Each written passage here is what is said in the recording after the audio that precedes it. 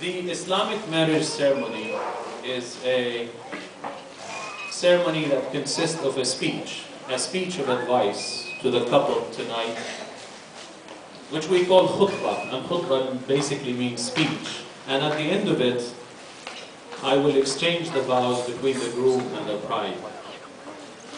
So inshallah, tonight, this night of marriage, I think the mic, you're experiencing some difficulty with it. Can everybody hear me there? Yeah.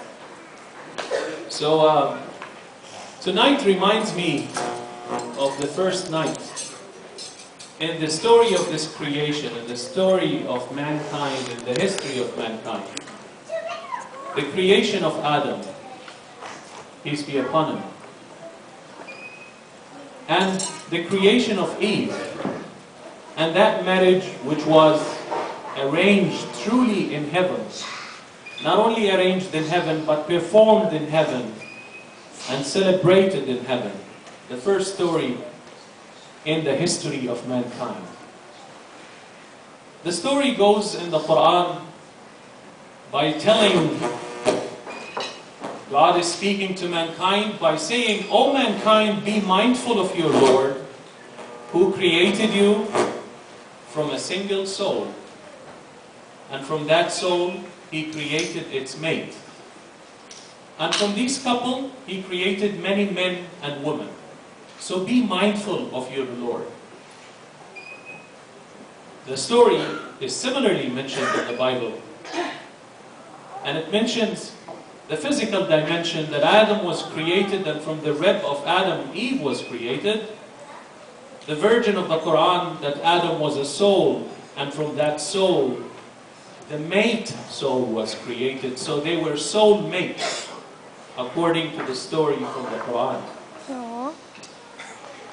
And these two together entered, God told them to enter heaven, which is very interesting. Before God would let Adam enter heaven, or before God would let Eve enter heaven, God created both of them, united them in marriage, and then made them enter heaven together.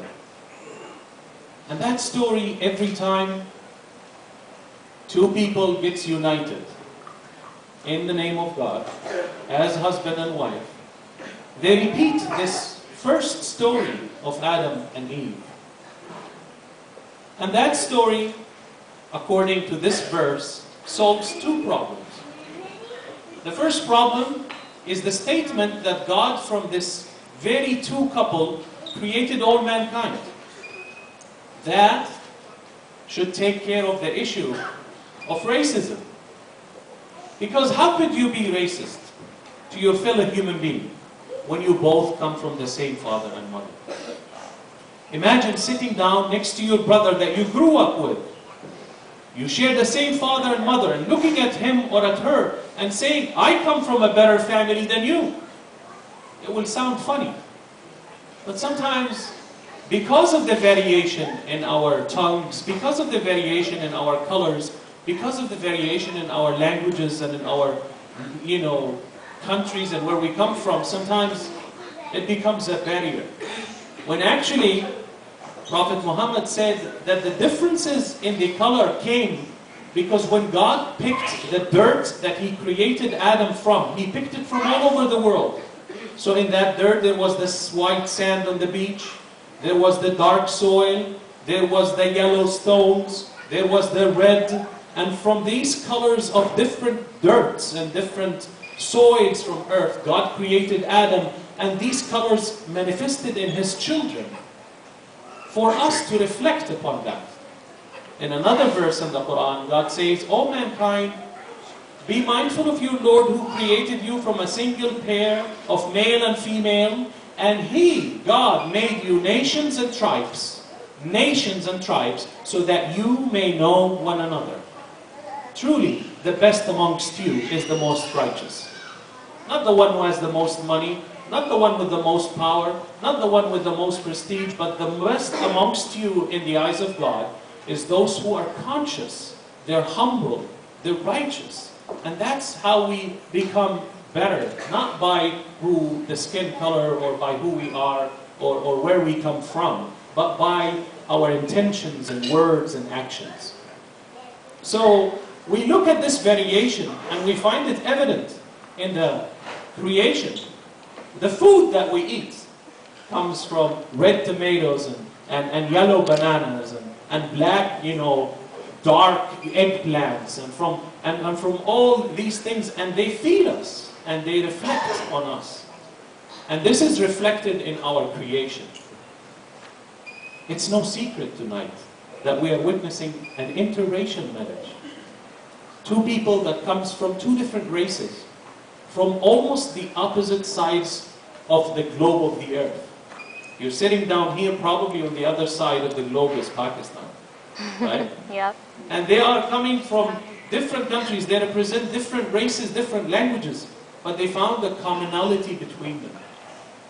And that is emphasized in the teachings of all religions, and also in the teachings of the Quran. The second issue that this verse takes care of is that there is no competition between male and female, because we both were created from the same soul.